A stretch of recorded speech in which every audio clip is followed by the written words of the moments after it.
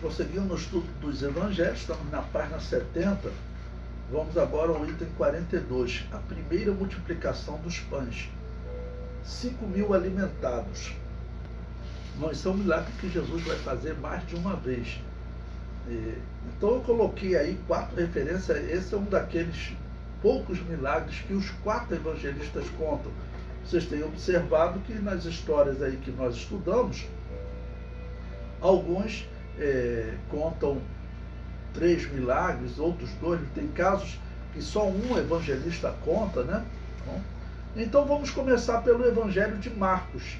Marcos capítulo 6, versículos 30 até o versículo 44.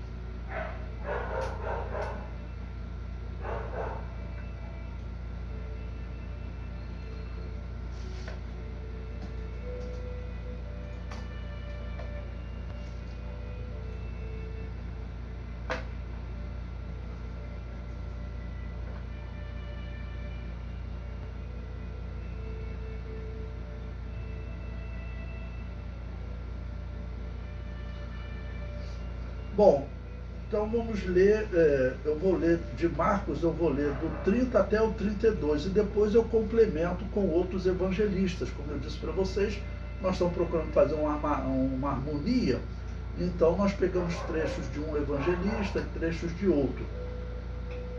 Então Marcos capítulo 6, versículo 30.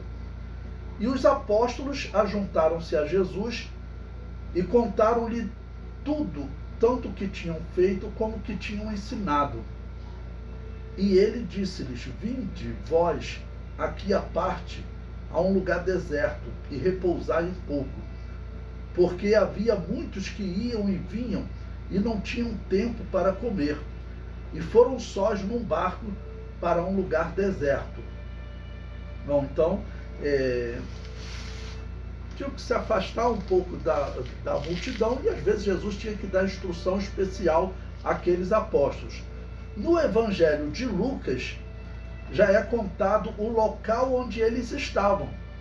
Então, Lucas ali, eu botei capítulo 9, versículo 10 a 17, eu vou ler o versículo 10. Então abra lá em Lucas capítulo 9, versículo 10, que diz: e regressando os apóstolos, contaram-lhe tudo o que tinham feito, e tomando-os consigo, retirou-se para um lugar deserto, a uma cidade chamada Betsaida. Bom, eu tenho instruído vocês, se vocês olharem para um mapa de Canaã nos dias do Novo Testamento, para vocês observarem que Jesus ele está na parte superior, de Canaã, na região chamada Galileia. E se você olhar no mapa, olhar no Mar da Galileia, você verá que à esquerda do mapa está, por exemplo, a cidade de Cafarnaum, e do lado direito tem essa cidade chamada Betsaida, ok?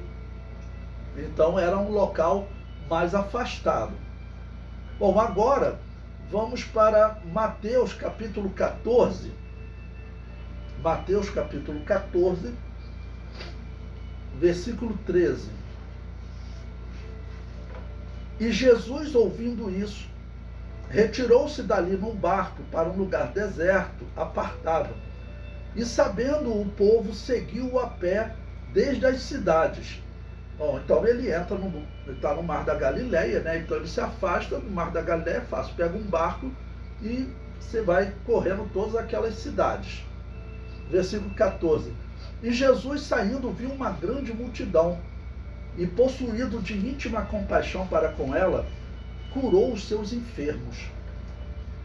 E sendo chegada a tarde, os seus discípulos aproximaram-se dele, dizendo: o lugar é deserto, e a hora é já avançada. Despede a multidão para que vão pelas aldeias e comprem comida para si. Jesus, porém, lhes disse: não é mister que vão, dai-lhes vós de comer. Ou seja, Jesus vai fazer um momento de prova com os apóstolos. Todo esse período, eu falei para vocês, Jesus participou de uma festa de Páscoa e ainda não participou da segunda, ou seja, ele está no segundo ano do seu reinado, do seu ministério, tá bom? Versículo 17. Então eles lhe disseram: não temos aqui senão 5 pães e 2 peixes. E ele disse: trazei-mos aqui. E tendo mandado que a multidão se assentasse sobre a erva, tomou os 5 pães e 2 peixes, e erguendo os olhos ao céu, os abençoou, e partindo os pães, deu aos seus discípulos, e os discípulos à multidão. Ou seja, os discípulos já perceberam, claro, o milagre, a extensão do milagre. Versículo 20. E comeram todos e saciaram-se, e levantaram dos pedaços que sobejaram 2 cestos cheios. E os que comeram foram quase 5.000 homens. Então sobraram 12 cestos cheios, tá ok? E 5.000 homens, além das mulheres e crianças. Para vocês verem, Jesus estava fazendo muitos milagres, então tinham muitas pessoas seguindo Jesus. Por quê? Porque em todo Israel, no caso aqui na região da Galileia, mas vimos em outros textos, que tinham pessoas vindo da Judéia, de Samaria. Judéia ficava no sul de Canaã. Samaria era a região central e a Galileia era a região superior. E ele estava na Galileia, mas à direita do mar da Galileia. Então, as pessoas tinham realmente uma grande esperança no Messias, ou que se levantasse alguém como os profetas do Antigo Testamento para fazer maravilhas. E como eles estão vendo, as pessoas que vinham, elas eram curadas. Tá bom? Elas eram curadas. No versículo 14, diz, e Jesus saindo viu uma grande multidão e possuído de íntima compaixão para com ela, curou os seus enfermos. Então, olha, foi falado aqui de 5.000 homens. Quantas mulheres e crianças tinham? Normalmente nós fazemos uma proporção. Isso é usado, por exemplo, lá no livro de Êxodo, quando diz que cerca de 600.000 guerreiros, israelitas guerreiros, saíram do Egito e depois estão batalhando no exército. Se nós tínhamos 600.000 guerreiros, nós tínhamos uma proporção de homens, meninos, homens velhos, mulheres, meninas, adultas e velhas. Então aqui é falado de homens em geral, mas sem contar crianças e mulheres. Vamos considerar que a quantidade das mulheres seja a mesma, tá bom? Então seriam 10.000 pessoas, 5.000 homens, 5.000 mulheres. E ainda as crianças. Podemos considerar então que aqui seriam 15.000 pessoas comendo esses peixes, experimentando esse milagre. E eles tinham visto, eles foram curados. Quantos chegaram ali curados? De 15.000? Vamos considerar aí por baixo 1.000 pessoas, 500. Então, era um número significativo. Jesus está andando e fazendo milagres, sinais.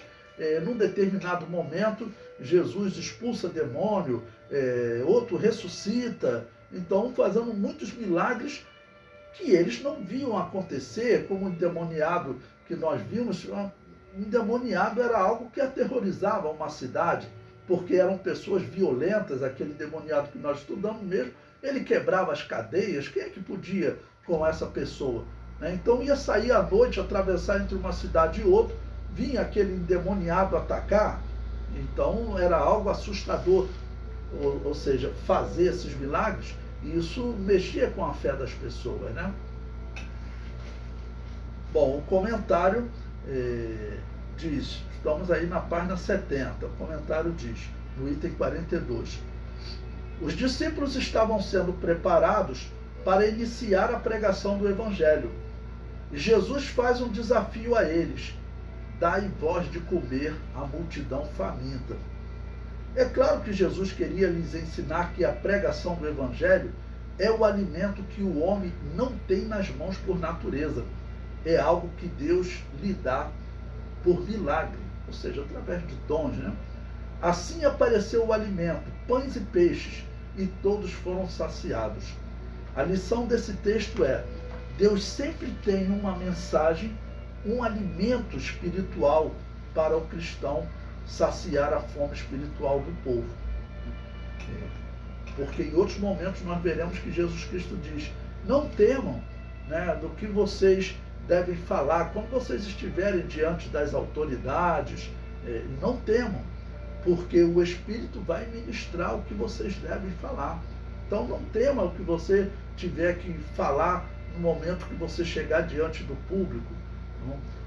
E sempre lembrando, quanto mais você estiver diante do público, quanto mais você estiver falando, mais você vai se desenvolver, e mais facilmente o Espírito Santo vai poder te usar.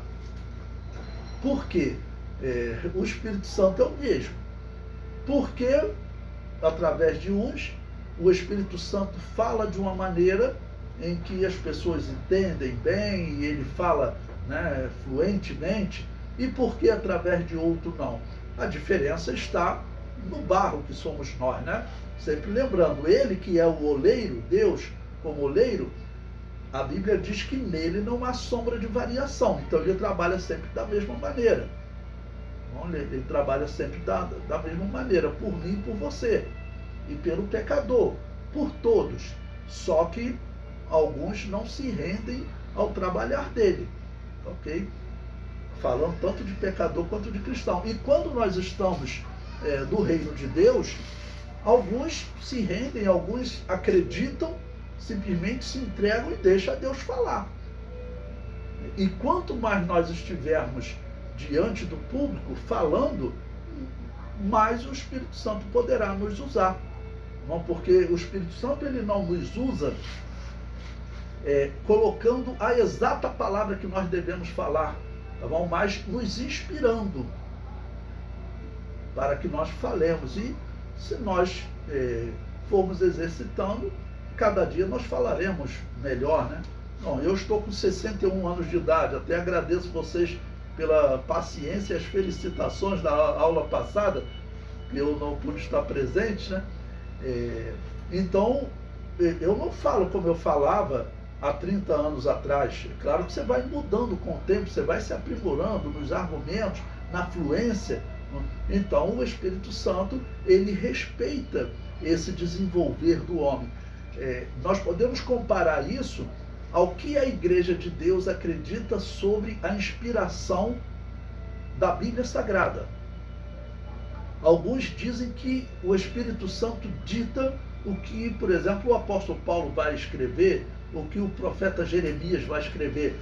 Mas nós temos provas na Bíblia de que não é assim, não é um ditado. Por quê? Jeremias, ele escreveu um livro.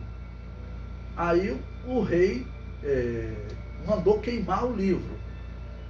Depois Deus o inspirou novamente, e está bem claro lá que nesse segundo livro foram acrescentadas muitas palavras que não estavam no primeiro. Por quê? Porque Jeremias tinha passado por outras experiências, até a experiência do sofrimento, ser colocado no calabouço. Então, ele tinha passado por outras experiências, ele se desenvolveu. E tendo se desenvolvido, então, ele colocou outras palavras, mas a inspiração é a mesma, porque o inspirador é o mesmo. Então a Igreja de Deus, ela não acredita na teoria chamada ditado verbal, o Espírito Santo dita e nós escrevemos. Não, ele nos inspira e nós escrevemos, tanto que vai ter o estilo de escrita.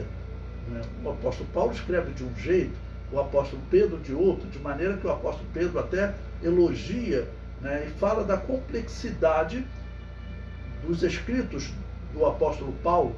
Bom, se é o mesmo Espírito que inspira, por que a diferença entre Paulo e Pedro? Por que Jeremias acrescentou palavras? É porque a inspiração não é um ditado verbal. Ela usa os nossos recursos naturais.